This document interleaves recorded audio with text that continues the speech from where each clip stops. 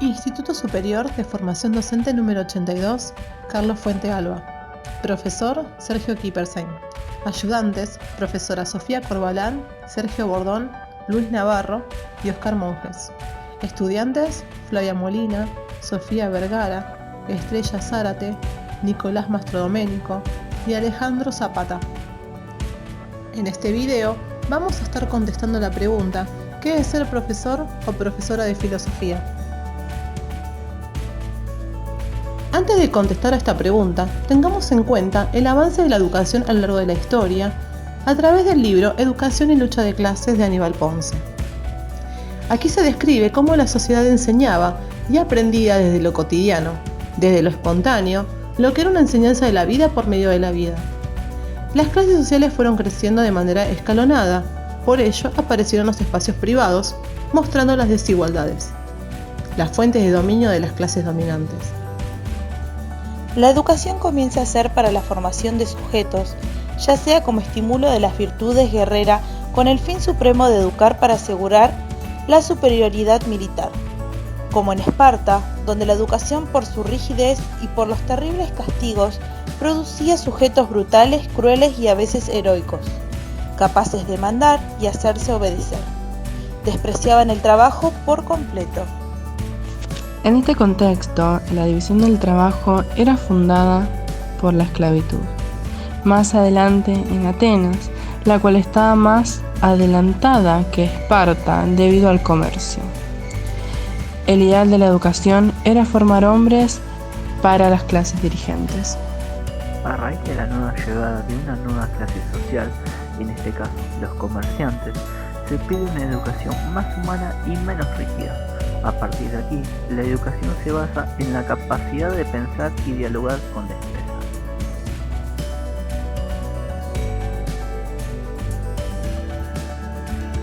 En la antigua Roma, en los primeros tiempos, el propietario compartía con sus servidores el afán por la agricultura. Los hijos del propietario aprendían junto a él en la observación, escuchándolo y ayudándolo en los trabajos más sencillos. La agricultura, la guerra y la política formaban el programa que un romano noble debía realizar. El terror y los castigos también eran parte de los métodos para que el esclavo se mantuviera despierto en su trabajo. Pero debido a las malas rendiciones de las tierras, sus dueños los premiaban con la libertad a cierto precio. Los comerciantes espartanos y atenienses aprendían su oficio en casa de sus amos o de algún otro esclavo que los adiestraba. Debido a esto, cada hogar romano fue para los esclavos una escuela elemental de artes y oficios. A partir del siglo IV, al surgir una nueva clase social, como pasó en Atenas, surge una nueva educación, aparece la enseñanza primaria y los maestros.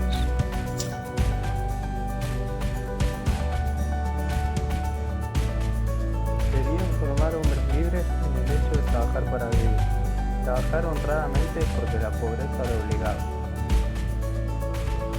Lamentablemente, a los maestros no se les pagaba un sueldo y muy de vez en cuando recibían algún regalo de parte de las familias del estudiante como forma de agradecimiento.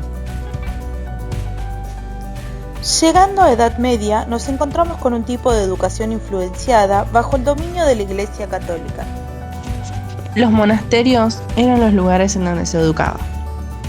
Al comienzo era para aquellos que estaban interesados en la formación religiosa. Más adelante, la nobleza va a interesarse por ese tipo de educación. Tanto la economía y la educación estaban bajo el dominio eclesiástico, y su misión era adoctrinar a las masas campesinas y así mantenerlos bajo la docilidad y el conformismo. Amar y venerar a Dios era lo que debían hacer. Después del Renacimiento, con el surgimiento de la burguesía, el sistema educativo tiene como misión educar al pueblo para que sea el motor de la producción de acumular el capital. Luego, más adelante, con el triunfo de las máquinas en el siglo XVIII, debido a una expansión del mercado, incorporan no solo al hombre, sino a las mujeres y niños a la explotación capitalista. En este contexto, Condorcet pedagogo, declara la enseñanza gratuita. Pestalozzi, otro pedagogo muy importante en la Revolución, se interesó por la educación de los niños pobres y campesinos. En la necesidad del uso de las máquinas complicadas que se creaba para la industria, empezaron a aparecer las escuelas politécnicas, donde se formaban a los futuros profesionales. Con el paso del tiempo, las prácticas educativas fueron cambiando, fueron evolucionando de tal forma que durante ese proceso pareciera que la educación siempre tuvo como objetivo la formación en beneficio de aquellos que más tienen, donde el sujeto es un individuo enajenado del sistema, un sujeto sujetado y condicionado. A raíz de todos estos conceptos nos nace la pregunta: ¿qué tipo de docente deseo ser? ¿Cómo llego a ser ese ideal de docente? Weiss, profesor y periodista francés, asume la defensa de la llamada enseñanza clásica, señalando que todo lo que corresponde al dominio de la inteligencia y de la técnica, ciencias naturales e históricas, matemáticas, economía, estadística, la filología, arqueología y lo demás. Pero los números y las abstracciones, las geometrías y sus deducciones, las ciencias naturales y su clasificación, la historia y sus fenómenos, la lógica y sus leyes no son más que partes del hombre y del entendimiento humano. Las humanidades y las letras son del mismo hombre. Sacarlas de la educación es como sacar al hombre del hombre. Por boca de uno de sus funcionarios más autorizados, la burguesía capitalista reconoce que su organización social prohíbe al gran número al acceso a la cultura moral e intelectual, y que mientras eso dure, es decir, que la burguesía sea la clase dominante, el gran número debe pensar, querer y actuar a través de la burguesía. Casi al mismo tiempo, Sarmiento aseguraba que no se podía manejar una herramienta sin saber leer. Un comerciante de Inglaterra declaraba: a mi juicio, la mayor suma de educación de que ha disfrutado una gran parte de la clase trabajadora en los últimos años es perjudicial y peligrosa, porque las hace demasiado independientes. En el libro, capítulo a capítulo, se describe cómo personas desclasadas luchan a través del tiempo, lugares, pensamientos, tradiciones y estereotipos para llegar a lograr la independencia y la libertad que desde hace tiempos inmemorables nos habían sido privados. Quisiéramos tener la oportunidad de ampliar los conocimientos enriquecidos del sujeto de tal forma que no se sienta minimizado, sin esperanzas y sin visión de un futuro. El texto nos pareció muy interesante para pararnos y ubicarnos sobre esos momentos y entenderlos como la base de una construcción. Ser consciente de que a pesar de ser sujetos sujetados a nuestra historia educativa, podemos desenraizar para poder seguir modificando esos errores y no repetir los viejos discursos de cómo se debe educar.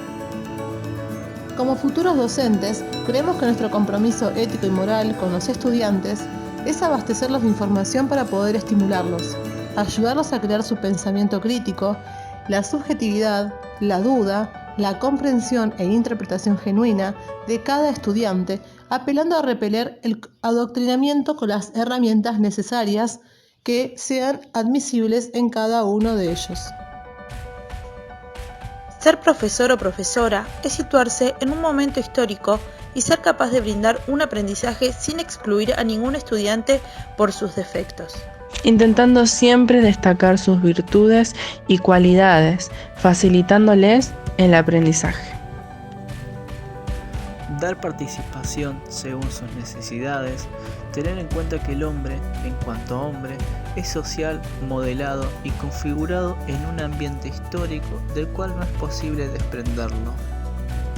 Recurriendo a la espontaneidad y a que toda la educación sistemática, organizada y violenta comienza en cuanto la educación pierde su primitivo carácter homogéneo e integral, más la educación conserva lo establecido. Aprender a desaprender y entender el aprendizaje como parte de un proceso. Al igual que la historia, que está en un cambio constante y que cada estudiante puede tener las herramientas para cambiar su realidad, un ejemplo de ello es cuando Ponócrates se hizo cargo de la educación del joven Gargantúa y le dio de beber el agua del Eléboro, para que se olvidara todo lo aprendido bajo sus antiguos preceptores. Todo esto nos demuestra y nos deja un poco más en claro los futuros docentes que aspiramos a ser, reutilizando las palabras que alguna vez filósofos han escrito o han dicho sobre la vida para hacer crecer a cada estudiante en su pensamiento crítico y desvelar la esencia a través de la reflexión y el cuestionamiento colectivo y personal. Es decir, aprovechar la educación para luchar contra todo impedimento de emancipación. Poder ubicar la educación en un contexto actual y que la escuela sea capaz de avanzar y evolucionar junto con la sociedad, teniendo en cuenta sus necesidades, permitiéndoles volcar y poner en práctica todo lo estudiado y trabajado durante las clases en la vida cotidiana. Nos gustaría poder dar las herramientas para la lucha social, para que cada uno pueda defender sus derechos, que luche por un ideal o por su identidad, que sea militante, que construya un conocimiento develador que desnaturalice el orden social de la exclusión, que sea solidario, empatice con sus compañeros, que a través de esa lucha sea acompañada en el proceso de aprendizaje. Como docentes, queremos ayudar al otro a que pueda desplegar y expandir el conocimiento. Nos gustaría acompañarlo a construir el aprendizaje de lo cotidiano, con los sentidos, en contacto con el otro, con lo que nos rodea, con la naturaleza, retomando así el aprendizaje de lo primitivo. Queremos brindarles las herramientas para que puedan desaprender lo aprendido las veces que sean necesarias. Tomar ese agua del Eboro y que siempre estén abiertos a algo nuevo, innovando, construyendo o desconstruyendo los estándares de la sociedad impuestos.